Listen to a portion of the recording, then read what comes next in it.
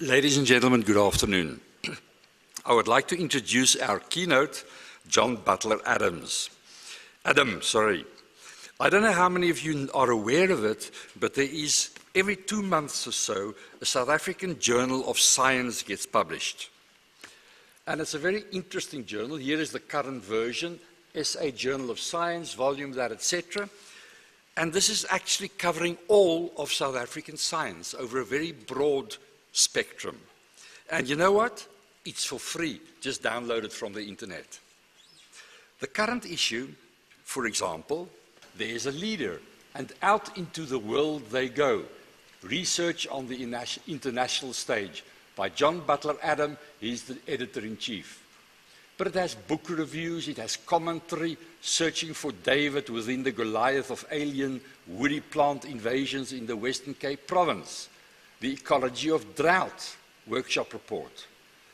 Emergence of vancomycin-resistant enterococci in South Africa, and it continues.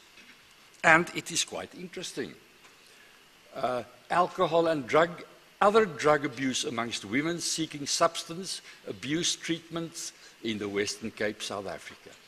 It's a very nice journal covering a broad spectrum of issues, current research. Now, the editor-in-chief of the SA Journal of Science for the last 6 years has been John Butler Adam, our keynoter.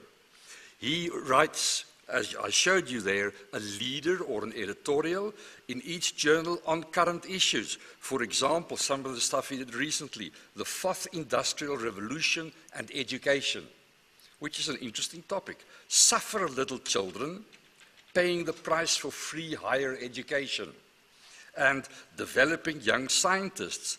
Really? So I always enjoy reading those leaders, since they are both subtle but also profound. For that reason, I asked John Butler Adam to present the keynote. The topic that he will be addressing is our higher education system Janus by force? This is what it looks like if you want to ask him questions afterwards or even now. John holds a BSc Honours from the University of Natal, Durban, PhD in Geography and Environmental Sciences from Penn State University in America.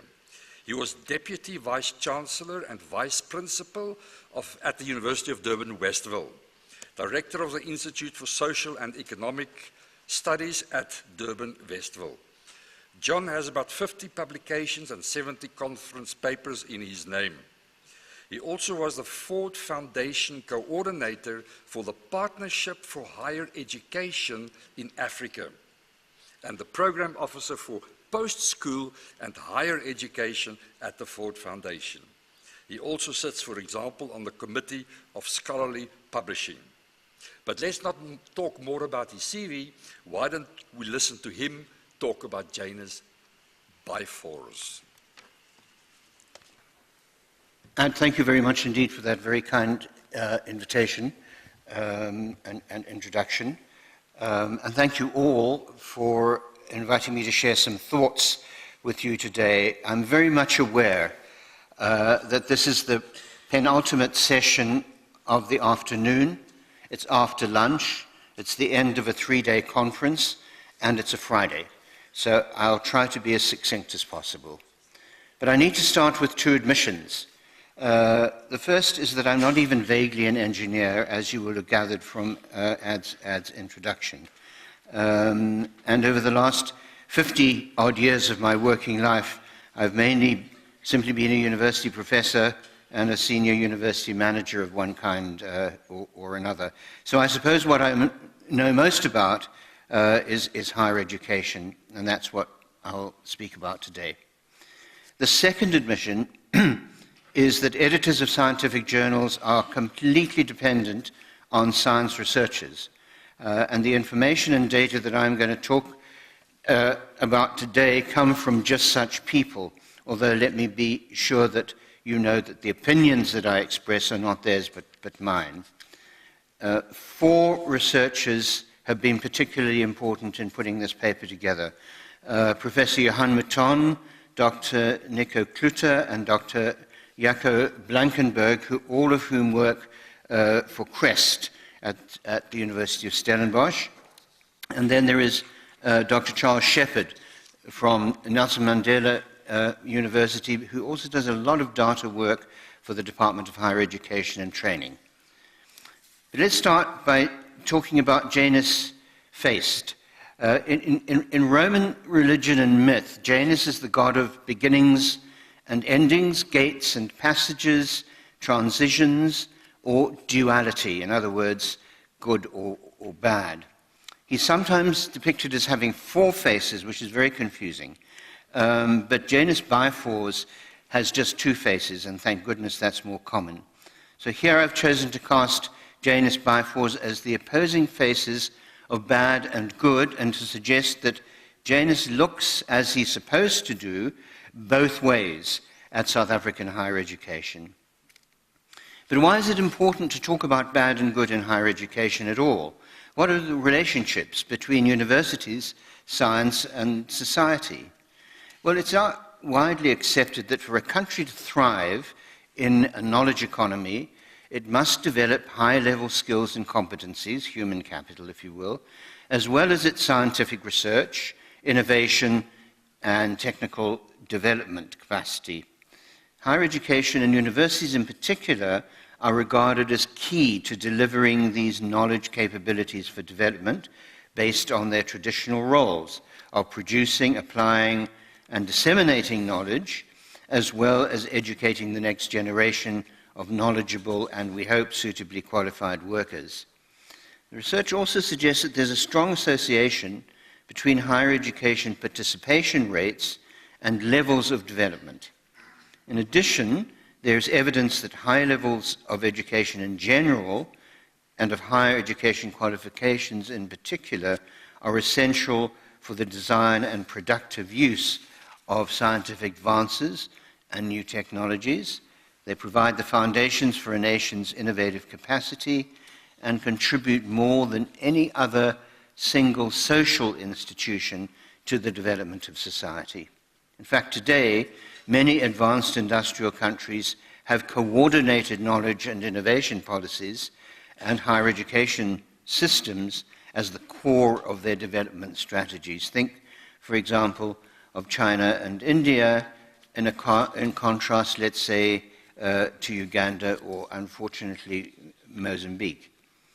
So a Janus face looking at the bad is just that, very bad news, while a face looking towards the good is what we most seriously need. But let's start with the face that looks toward what is bad, or certainly, if not actually bad, very worrying about South African higher education. The reality is that our institutions are experiencing situations that are at least as complex, if not more so, than Brexit. The media often tell us stories that are hysterical and often equally inaccurate. But the problems are nonetheless real and serious. And I'm not going to try to deal with these in detail. There's far too much to say.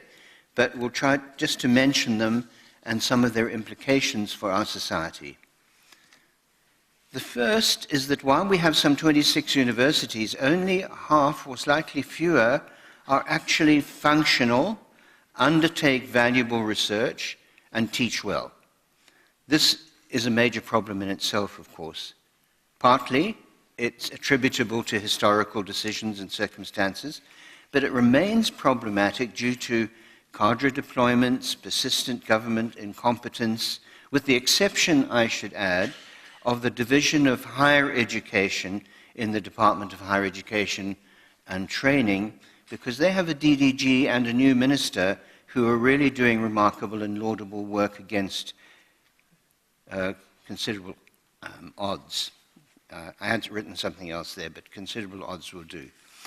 Not unrelated to this complex of problems is a prevalence, especially in the dysfunctional universities, of endemic corruption in management, finances, admissions practices, the problem of bought degrees, and of grades and passes that are bought through sexual exploitation. At least 4 academics have recently been suspended or fired for complicity in these respects, and they're just the ones whose circumstances have actually been identified.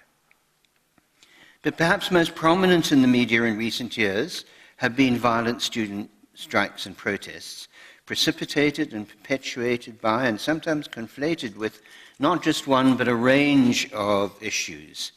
And they would include the following: quite legitimate concerns about campus and residence conditions, and that of course is not unrelated to the problem of poor management and corruption, demands for free education, the decolonization of knowledge and learning, and a desire for a tolerance of direct political influence in university management and student affairs, which of course is inimical to the nature of what a university should be doing. As far as decolonization of knowledge goes, the major problems are that there's no agreement as to what it means. It's largely misunderstood, and it doesn't even begin to address issues such as how one might decolonize astrophysics or inorganic chemistry, amongst other disciplines. But Professor Jonathan Jansen says it very well, and I quote him here: "The continued grievance of a hapless African scholarship being dominated by Western knowledge and power betrays an inferiority complex on the one hand, and amnesia, because it's been debated for so long, and a lack of intellectual activism on the other. Those who complain loudest about a colonized curriculum often do the least to lead major research projects, produce the influential research books, edit influential African journals, and speak truth to global power. The curriculum does not change itself. It changes in collaboration as well as competition with scholars around the world. It requires new bodies of research generated by and with African scholars across disciplines. It also demands new authorities, new PhD graduates who are research ambitious and can generate theory and research which break new ground from fieldwork on African research questions. Where, he asks, is this scholarship? Well, free fees. Well, clearly there is no such thing. Education, teaching, learning, research all cost money. So there will always be major costs.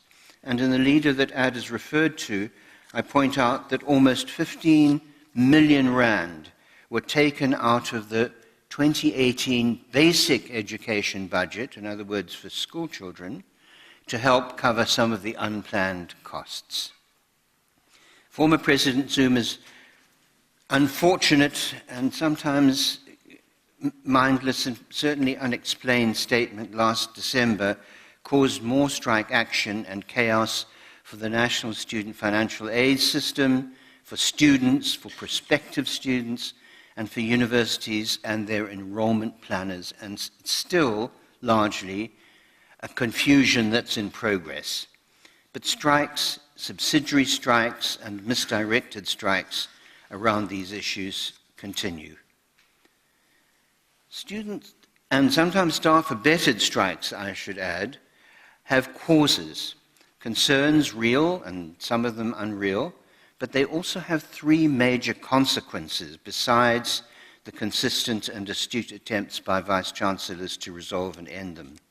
And these 3 are as follows. Firstly, damage, major damage to spaces, laboratories, libraries and books, and equipment, all of which are absolutely essential to learning and research. Secondly, the costs of repair, and more often the replacement of what has been lost.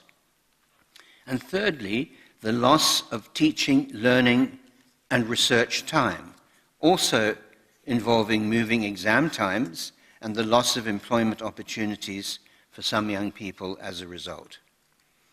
Now, the loss of teaching and learning space, equipment, and research findings are both a loss in themselves, but they imply recovery time. Repair and replacement are time-consuming and draw on funds that ought to have been used for other immediate needs.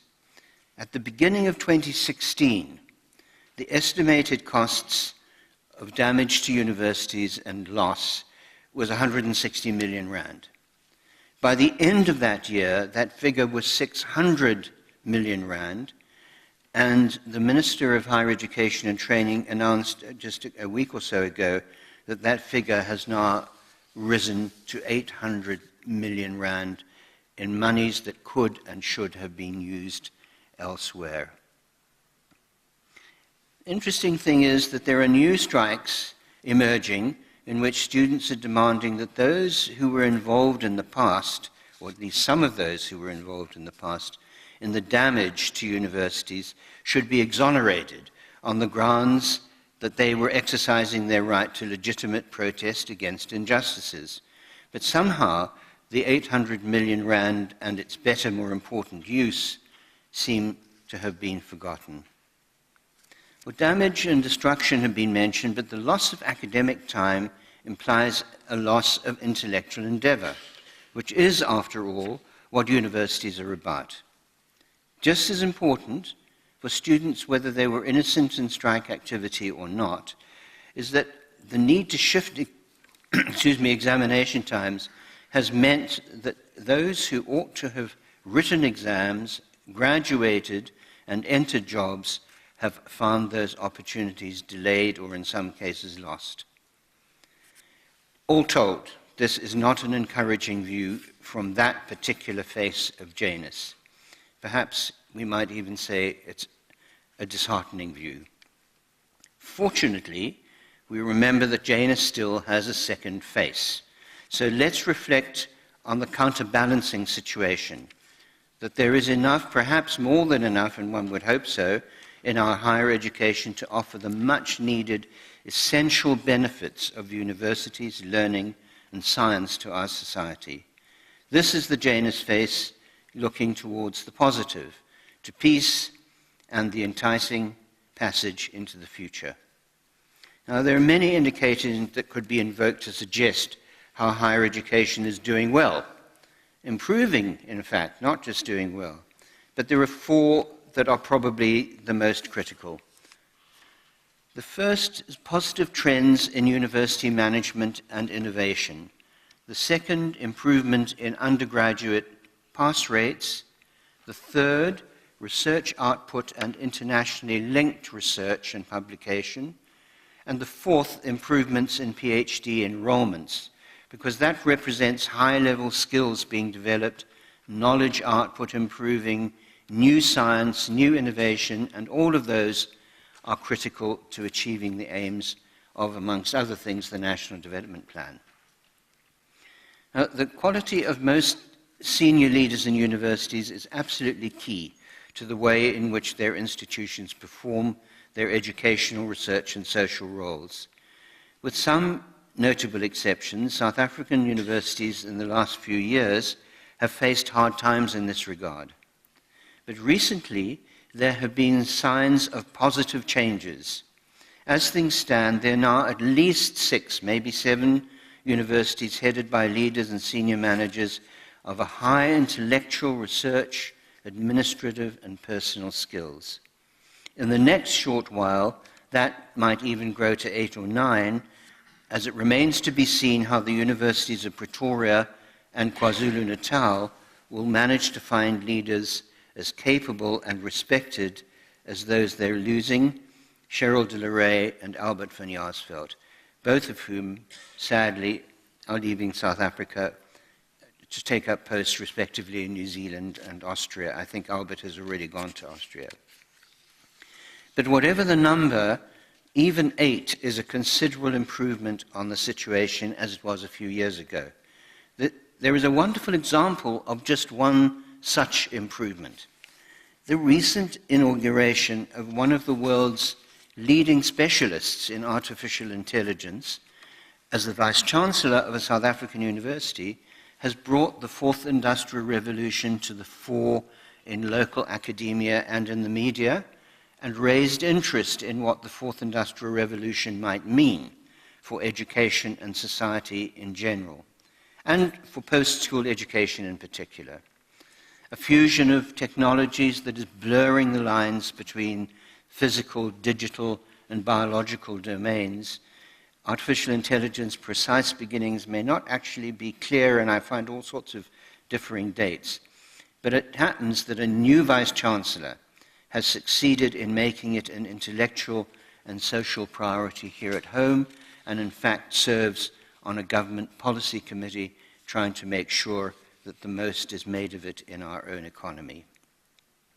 There is then, in this regard, real hope for help, and we hope it will continue. Now, undergraduate success rates. There is a huge confusion and proliferation of terms used in this regard. As my wife, who's the Senior Director for Planning, Evaluation and Monitoring at the University of Johannesburg, regularly reminds me and tells me that I use the wrong terms. But let's consider how many students move from one year to the next, ignoring for the moment the reasons for which some do not.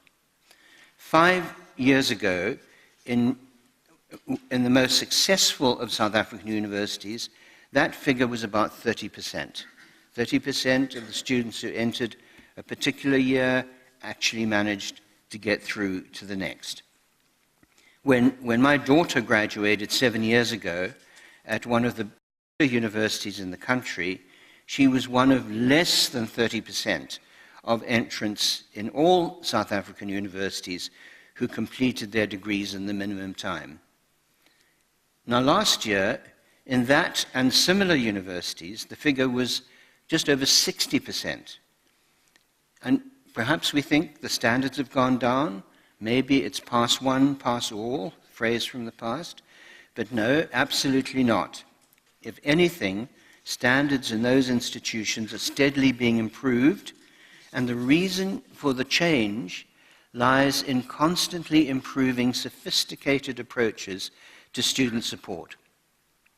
There are countries in which university entrants can be considered to be more or less ready to deal with university-level education and life. The countries not in that privileged position, most notably our own, but including some surprising other countries such as the United States of America, that simply cannot operate on such naive assumptions of the readiness of entrants. The reason for the considerable change is that universities themselves and donors, such as the Kresge and the Michael and Susan Dell Foundations, have established very serious and highly sophisticated support programs for entering students, taking account of a variety of measurable variables that serve to militate against student success and finding ways to address those. These are monitored, they're refined, and they're augmented month by month and year by year, and the results of these significant and critical changes in success rates are improved, building on what is learned each year. Well, academics are not, of course, just being supported in order to become better and more effective and efficient teachers.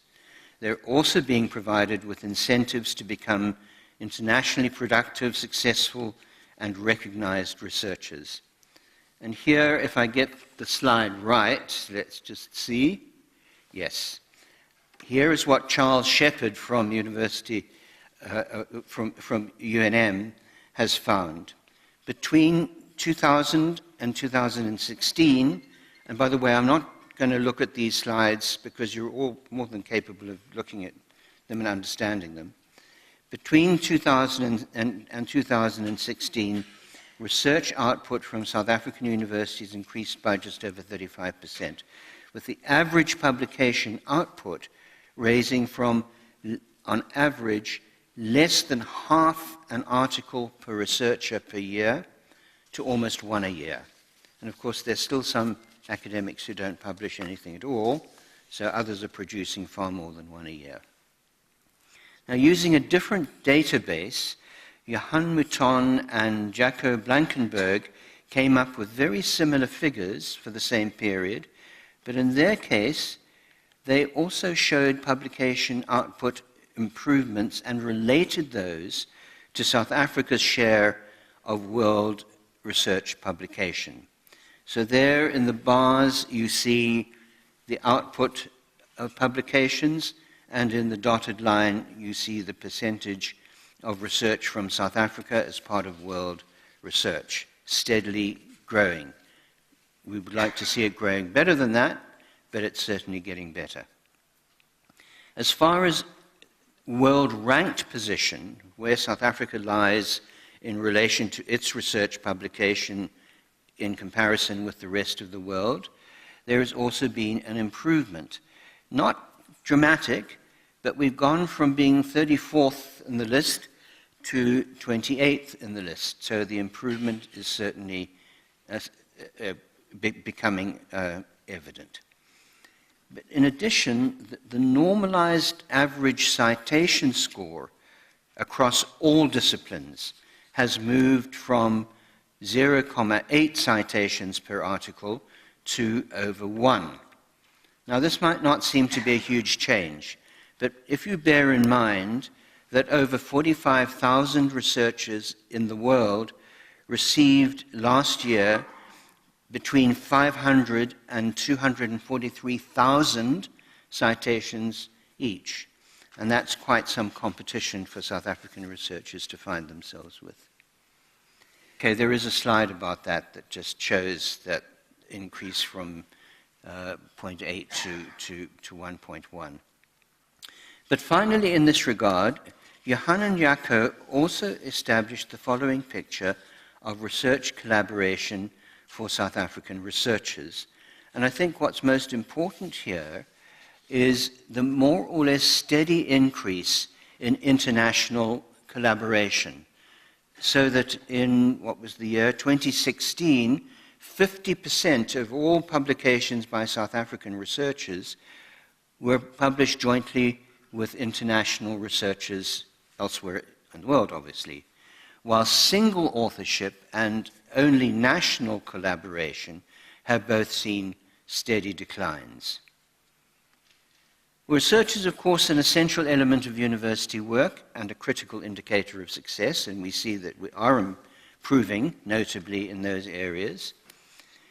But without a guarantee of succeeding generations of PhD graduates, researchers, scientists, and innovators, today's research trends tend to gravitate towards a series of dead ends.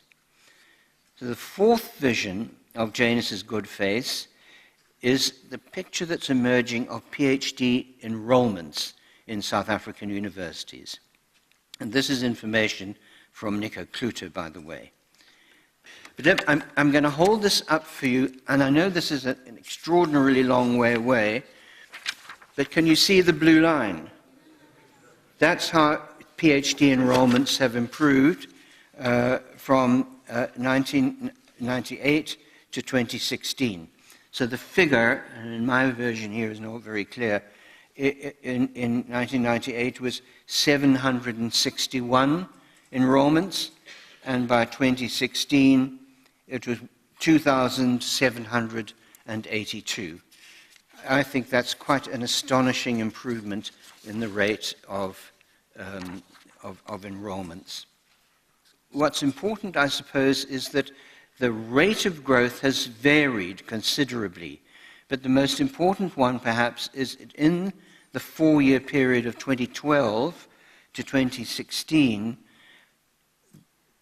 the growth in enrollments was nearly 12% from the previous four-year period. So we see a steady growth in that regard. Although the proportion of students from the rest of Africa declined marginally over the period 2012 to 2016, what's noticeable is that the largest single group of students were those from the rest of Africa, which is a vote of confidence, obviously, in South African universities, although probably not in an imposing continent-wide context. But a worrying statement about South African students at the doctoral level is that they have not grown in a major way, except that if they're taken together as black students at PhD level and white students, they still represent more than half of all the PhD students, about 54%. Interestingly enough, Indian students at the PhD level have consistently maintained a participation rate in that set of 6%, which is about the same size as the proportion of the Indian population in South Africa. Equally important, of course, is what PhD students are studying. And again, unfortunately, this slide is missing. But what's most important, and I say this as someone who has a broad background in the social sciences and humanities, is that between, 1996 and 2016, the proportion of PhD students in the humanities and social sciences has declined. The proportion of students in the natural sciences has been a little shaky at times, but overall has increased quite considerably. And in all the other disciplinary areas, health sciences, education, engineering, and business and economic sciences, the figures have stayed just about the same. So what we're seeing is students no longer opting, as in the past, for the humanities and social sciences to the same degree, and for the shift, it would seem, to be into the natural sciences, which runs counter to many of the things that we read and hear about. Now, taking into account the reality that the media love drama and disaster, it's true enough that the bad news receives greater coverage than the good on the whole. Nonetheless, perhaps there's also some truth in the thought that taking seriously and addressing Janus's view of the bad could very well help us to strengthen the view and the reality of the good to the advantage of South Africa and its future. After all, who might have thought 10 years ago that a brand new University of Johannesburg would in world rankings line up with the University of Pretoria in those rankings?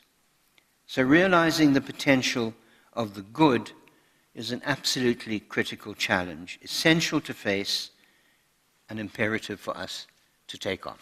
Thank you.